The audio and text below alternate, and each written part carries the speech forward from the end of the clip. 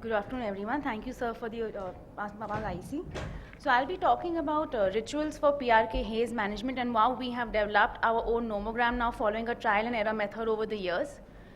So we often do surface procedures like PRK or cross-linking, and we have really good topographic outcomes, but the patient is not happy, and that's probably because they do have some amount of scarring or haze post-operatively. So this is a paper that was published in 2008 of March, and they said that there's, of course, how do we solve the PRK haze puzzle? And this is something published last year, and we are yet talking about how to deal with haze and how can we manage it and treat it better. So even though more than 10 years have elapsed, we haven't found the solutions to managing haze after PRK. So this brought us to the following questions in our mind, that can we evaluate potential risk factors for patients pre-operative developing post-operative haze? Can we develop some kind of scoring system to quantify the risk pre-operatively? And also, can we do any management to mitigate the risk of haze? So we divided our study into two arms. In the first arm, we took 250 PRK patients who had already undergone PRK and had developed haze post-operatively. Those who had significant haze, we evaluated for risk factors pre-operatively. And in the second part of our trial, we took 160 PRK patients. We sort of mitigated the risk factors, and only then did we operate. This is what we like to call our perfect haze rituals. And we then saw how the outcomes changed from arm 1 to arm 2. Right, so the incidence of haze on clinical as well as Scheimpflug densitometry in our group was around 8% before we started developing our rituals. And when we went back and started seeing the files of the patient to understand what was different about them from before, we realized these were the patients who had low vitamin D before the procedure was done. They had high OSDR scores, they were contact lens wearers, and they also had an incidence of ocular surface inflammation, allergic eye disease, or meibomian gland dysfunction. Those who had visually significant haze, we actually do store epithelium of all our patients when we do a PRK. So we went back, we retrieved the epithelium from our lab, and we analyzed it. And we did find that the gene expression from the epithelium was slightly different from normal patients. And we did publish this work as well. And we found that the inflammation-driven markers were much higher, and that probably led to an altered wound healing process in the perioperative period. So in rapid eyes, it has been found that the cornea heals in this particular way. When every time there is an insult to the cornea in the form of an injury or a surgery done on the cornea, it activates the keratocytes, which are resting cells of the cornea. These convert into myofibroblasts and fibroblasts, which do lay down the collagen, and after a period of healing, it should undergo apoptosis and return to a baseline picture. This is how the normal pathway of healing should be in all of us. In some patients who have maybe an altered inflammatory profile of the ocular surface, the amount of keratocytes activated is much higher, and these convert into myofibroblasts, which do not apoptose at the right time, and therefore there's a sort of continuing fibrotic process going on in the cornea, and this is what gives us the aberrant collagen, which we see in the form of a corneal scar. So now that we knew all of these things about our basic sciences, we developed a risk scoring system. In this is our scoring system. We asked the patients to fill out an OSDI before the surgery. We looked at their vitamin D levels. We also asked them if they were contact lens wearers, how tolerant were they to a prolonged contact lens use. And we also looked for meibomian gland dysfunction with using a meibographer as well as the TBUT. And we also confirmed that they did not work in outdoor environments with excessive UV sunlight exposure, which could also be a risk factor for haze. So once we knew all these scoring factors about the patient, we graded them as low risk, moderate, or high risk for developing haze post-operatively. So this is what we call the perfect axis, and armed with this, we wanted to make sure that now we were doing a perfect PRK surgery as well.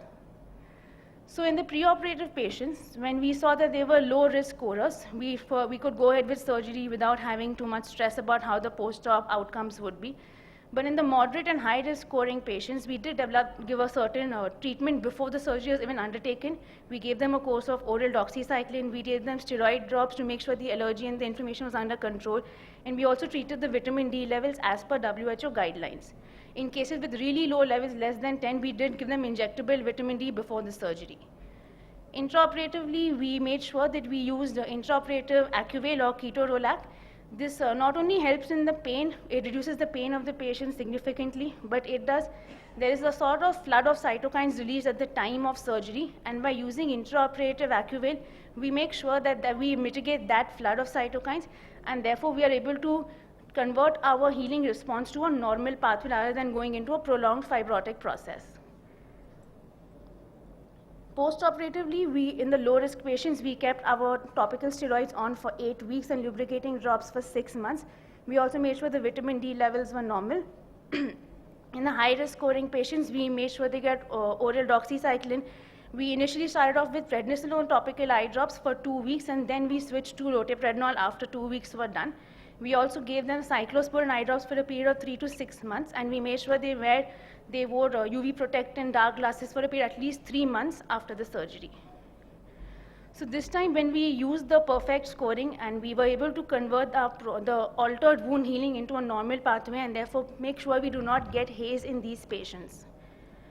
Another thing I'd like to bring upon is how much an MMC should be used. So this is a paper published, and we saw that if you use 0.02%, it is very effective in high myopes.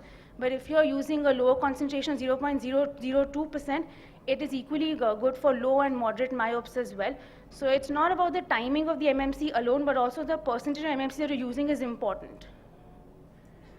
Right, so now that we knew this, the way forward to maybe even reducing the incidence of haze even further, we all know how MMC works. There's a activation of keratocytes in the PRK cornea. When we use MMC, it makes sure that all the cells are damaged, and therefore destroys majority of the cells, and that is why we don't get haze. So, but there are other molecules available now. This is an off-label use, yet it's yet under clinical study. It's known as SAHA, and what it does is that it prevents the transformation of keratocyte to a myofibroblast. So while it prevents the formation of myofibroblast, it does make sure that the healthy keratocytes continue to exist in our cornea, and therefore there's no aberrant collagen.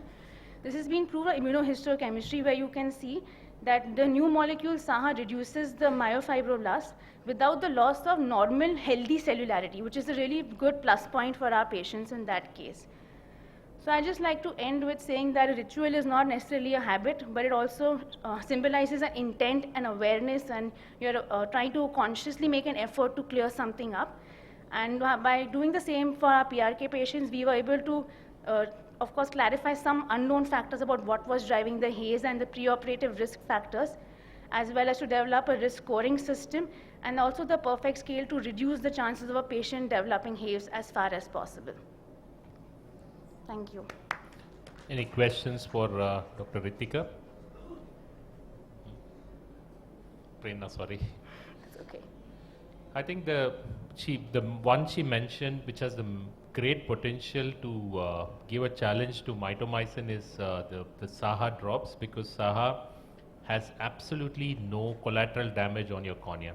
That means today, if you'll be scared to use mitomycin for a longer duration, or you're worried about having complication of thinning, melting, or whatever, SAHA it's shown that on animal studies is absolutely no collateral. That means I'm hopeful that tomorrow when you do a cross-linking and you're worried about your cross-linking haze, or you have a post-op haze, we can't do a mitomycin again. SAHA drops probably would be the future of how you're going to treat haze. The way it works is it modulates not only the cells, it works from a genetic level. That's why it's called an epigenetics modulator. That means it modulates the genes which creating more scarring. So it's an extremely new way of how you manage scarring. Thank you. Any questions for her? Yes, Monica. You can use the mic, please.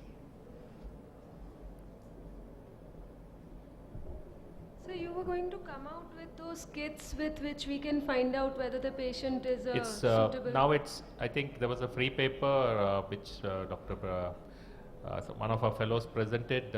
She's already shown a kit. I think Ritika is going to show the live of that kit. Okay. In the last slide, it's not a prototype. It's in it can come to your clinic this year. Okay, thank you. Ritika, if it's not there, please add it.